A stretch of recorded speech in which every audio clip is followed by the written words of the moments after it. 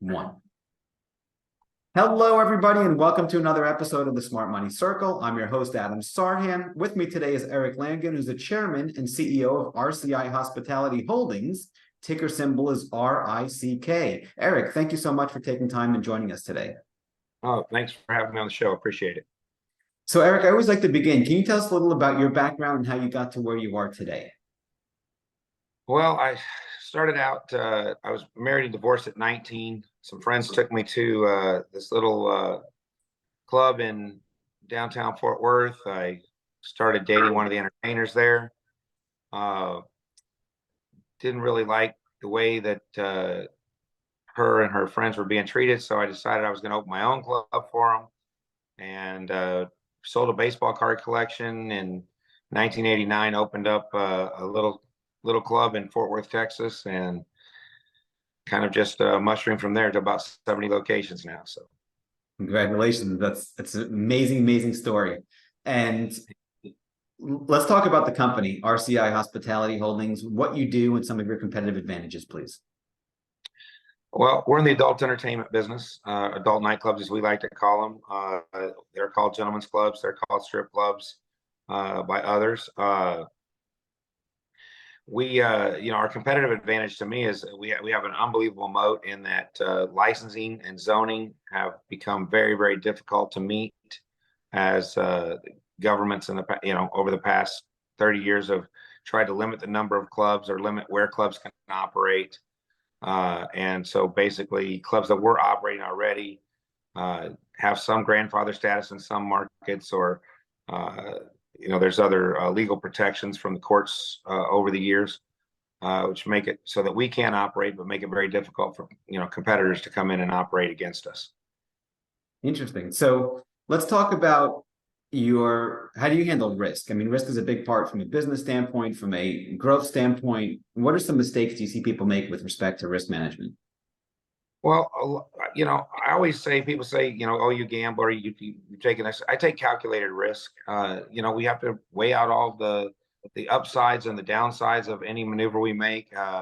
We've turned it all into fifth grade math with our capital allocation strategy. Basically we want to know that we can have a return on investment greater than the free cash flow yield of our stock. Typically we set a hurdle rate of 2 to 3 times that rate. So we want to make sure that we're making, if our free cash flow yield is say 10 or 11% on buying back our stock, if we're going to make an investment, take any type of risk, we want to think that the cash on cash return of that investment is between 25 and 33%. And that's basically how we set and do all the, said we turn it into fifth grade math. If that math doesn't work, then we would pass on a transaction. I love it. That's a really good way of doing it. So there's an elegance and beauty and simplicity. And most people do the opposite. They try to overcomplicate things, but I did for many years. I didn't really find what I call the Holy Grail until around 2015. We went public originally in 99. Or in 95, I took over in 99. And for years, I followed the advice of, buy revenue. And in 2015, I converted to buy free cash flow. And now you've got it going. It makes perfect sense. It really is the holy grail when you look at the cash flow, especially from a business and operations standpoint. So, Eric, before we go further, I got a question for you. You started off with one club, and then you've grown it obviously to the top 1% of 1% from a business leader standpoint. What are some timeless lessons you've learned along the way that you'd like to share with the audience? Well, I guess the biggest lesson I learned is be careful who your financial advisors are, because a lot of the guys out there are can't blame them, but they're there for their pockets, not necessarily for the shareholders or the companies. And so it's very important that you find the right people to advise you as you're growing a company, especially from the small as we were in the beginning to where we are now. The change in financial advisors made a huge difference in how much value we've created versus how much we've grown. And I think value creation is much more important than just pure growth. That is very, very interesting. So you're saying look at the value side of it. It's not just grow, grow, grow at the expense of cash flow, at the expense of other things. You want to make sure you're growing and providing value and you're getting value as well. So it's not so it becomes sustainable. Is that correct? Exactly. I mean, I'm a long-term guy. Now, there's a lot of companies out there that grow to sell, right? That we're going to Yeah. grow it to a certain size. We're just going to sell it off. And Right. then we're going to let somebody else create the value. Uh, if that's the type of founder you want to be, that's not a bad plan either. But I'm a more long-term thinker. I want to create generational wealth, not just for myself, but for many of our staff and employees who've been with the company since the beginning, or since basically we acquired the clubs that they worked at before, uh, Right. and try to teach. I will try to teach our staff to create wealth. I love it. It's so powerful. It is such a great, refreshing view of just taking the long term, the long term view. What are some timeless mistakes you've made or you've seen people make along the way, and how do you avoid them? Uh, I think our biggest mistake was probably when we went into the Las Vegas market. We closed on an $18 million acquisition, or $18.9 million acquisition, uh, 2 weeks before Lehman Brothers filed bankruptcy. Oh wow. Uh, Vegas is a very, Wow. very competitive market. Yeah. Uh, and we bought a location making 5.4 million in EBITDA a year for $18.9 million. And within 6 weeks of buying that location, it was losing $2 million a year because of the economic crash at the time, the real estate market, all of the government people saying, if you go into Las Vegas, you're being frugal. Everybody needs the bubbles popped and everybody has to tighten up, and really, really change the market. But the eye-opening thing for me, and what I look at, and the lesson I learned is we would do that acquisition today based on just the numbers. And so therefore, one of the other things that we've done since 2008, 2009, is we look at the competitive landscape of the markets and we try to make large acquisitions in the least competitive markets as possible. Right. Take that into play at the same time as we take into the pure numbers and the pure facts, because it was a risk that we didn't calculate for in the past. What if things get really bad? What would happen? And so we ended up basically closing that location and writing off with the total losses of about $21 million from that location. The only thing we really got lucky at is that we had raised capital in June of '99 at about $25 a share, and we bought back all of that stock and more through the early 2009 as the stock went back down to $2-3 a share. So we were Wow. able to really help our long-term, save our long-term shareholders. Unfortunately, a lot of funds went out of business. It wasn't just from buying our stock at a high price in June of '99, or I'm sorry, June of 2008. It was many companies were in that same predicament. So Yeah, no, I mean, you've had phenomenal runs over the years, and looking for the long term is really, really fantastic. And I love how you're able to even say, I'll do that again because you understand the long term value there. So let's talk about some timeless mistakes that you see people make. I'm assuming you'd say, look at the too short term oriented, or what are some timeless mistakes people make in business and or investing or in the world that you'd like to share with the audience? sure, I think one of the biggest mistakes people make is growing too fast. We get a lot of pressure on us right now to grow faster, buy more stuff. But you have to be able to manage it. And so you outgrow your management teams. I think that that is a huge mistake. You have to let your management team catch up. You have to continue to hire and continue to bring in, top management, because if you spread your management team too thin, uh, when there's downturns, when business slows, you don't have the quality of management you need to keep what you've bought even at sustained, let alone continue to grow your company. Right. So that's one of the mistakes. I think over leverage. You see a lot of companies over leverage, uh, and entering into these long-term escalating leases. I've seen many, especially in the restaurant hospitality industry. they go in, they get some cheap leases in the beginning. And then, come year 5, year 7, year 9, these leases start escalating to the point that you just can't keep up with it. That's why, with at RCI, we own the majority of our real estate. Everybody says, what's up? And I say, not the rents, because we own our real estate. Plus, we're able to tap it for equity, tap the equity in that real estate for growth, which gives us a fantastic tool to, if our equities in a position like today where, we think the equity is way too cheap, we're actually buying back at our current prices.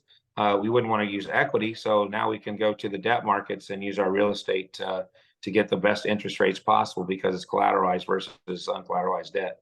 Yeah, sure. And I love that. Now, growing too fast is obviously a mistake, and over leverage is clearly a lesson. I mean, that's what did in 2008, right? People were just over leveraged and just didn't understand what happened. That's powerful. So, Eric, what makes a great leader? You've been around a interesting business and you're able to lead. You've managed through recessions, you've managed booms and busts, and you've been around for decades now at the helm. And what are some lessons you've learned about leadership that you'd like to share with the audience? The best leaders work themselves out of a job. They try to, right? So I try to hire people that are smarter than me. I try to hire people that specialize in certain areas where I have general knowledge, but I need that specialized knowledge. My CFO, who's been with us now for, I guess, going on 8 years now or 9 years, our in-house legal counsel, our director of operations, all of those guys excel in those areas way more than I am in those areas. And so I think that's, what a good leader does. A good leader looks upon himself and says, what are my weaknesses and how can I hire people to complement my weaknesses? To me, that's the most important thing. I team build. I take each one of my leaders and say, you really need to sit down, look at your weaknesses and hire to your weaknesses. You don't need to hire to your strengths because you've got that covered. Right. Hire to your weaknesses. Get the guy in there that can complement you, make up for, the things that your weaknesses are. And the two of you together will be way better than either one of you by yourselves. So powerful. When you said right away they work themselves to death, I knew right away where you're going. Say, don't do that because it's not sustainable.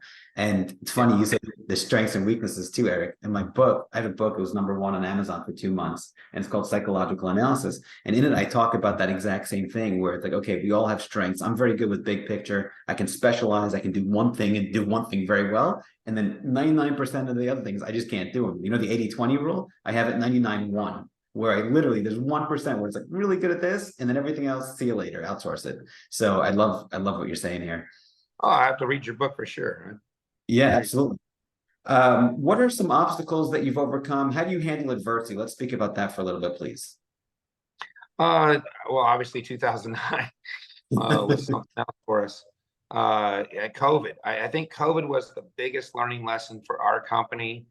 We went from millions of dollars in revenue a week to zero. We had to figure out a way to keep all of our general management team paid, how we were paying our debt, and then fight to reopen. We sued cities, we sued states. We did everything we could do to get our businesses back open, get our employees back to work. It was a big struggle, but we also went in and cut fat out of our company and realized, and now we do it pretty much on an annual basis. We sit down and even some quarterly, but mainly annual basis. We sit down and go, okay, where's all the fat? If COVID hit us today, what could we get rid of? How can we get rid of it? How can we go back to lowering our costs? And we do that. We pretend there's COVID, even though there's not, right? And it's like, let's pretend there is. Let's get rid of this fat because it's creep, right? You're operating every day. You're out there grinding it out. You're building, and unnecessary expenses will build up. We renegotiate contracts. We look at utilities bills. We look at basically everything we do.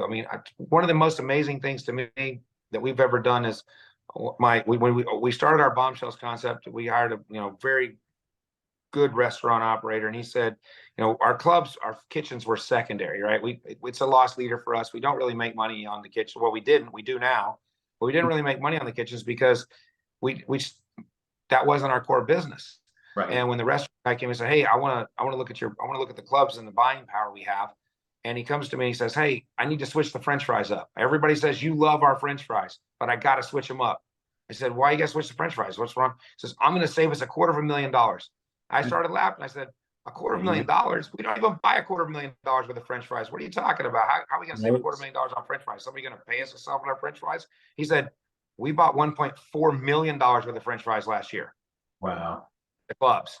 Wow. And I get that down to $250,000 if you let me change the French fries. I said, change the French fries. I don't like them that much. Seriously, no question. Yeah. So those are the kind of things that, as you grow, I mean, someone asked me the other day, how do you see yourself? And I said, well, I still see myself as that 20-some-year-old kid that was, taking out the trash cans, cleaning up the vomit off the floors, from day one, and when I walk into a club, there's nothing I won't do. If the club's busy and manager's busy and, something happens, I'll be the first one to jump in there. And my team always tries to stop me. I'm like, guys, go make us money. I can do that. This isn't making us any money. I can clean this up. Right. So, no, that's difficult. I love that. That's really, really good. So the next question for you, Eric, and then we can wrap up. What is the best piece of advice you'd like to share with the audience or give your 20-year-old self or 30-year-old self? Well, if I had to go back and give myself a really good piece of advice, it would be pay your payroll taxes. Someone asked me this the other day too. And it's, when you're growing and you get tight on cash, it's so easy to borrow that money, but it's so expensive when it comes time to pay it. So never borrow your payroll taxes is my best advice I can give to anybody starting up. Just pay those taxes, find the money someplace else. It's the easiest money to borrow, but it's absolutely the most expensive money you can borrow. Yeah, there's no question. I love it. Well, Eric, thank you so much for coming on the show. The ticker symbol is RICK, and hopefully we'll see you again soon. All right. Sounds great. Look forward to it. I'm going to grab that book.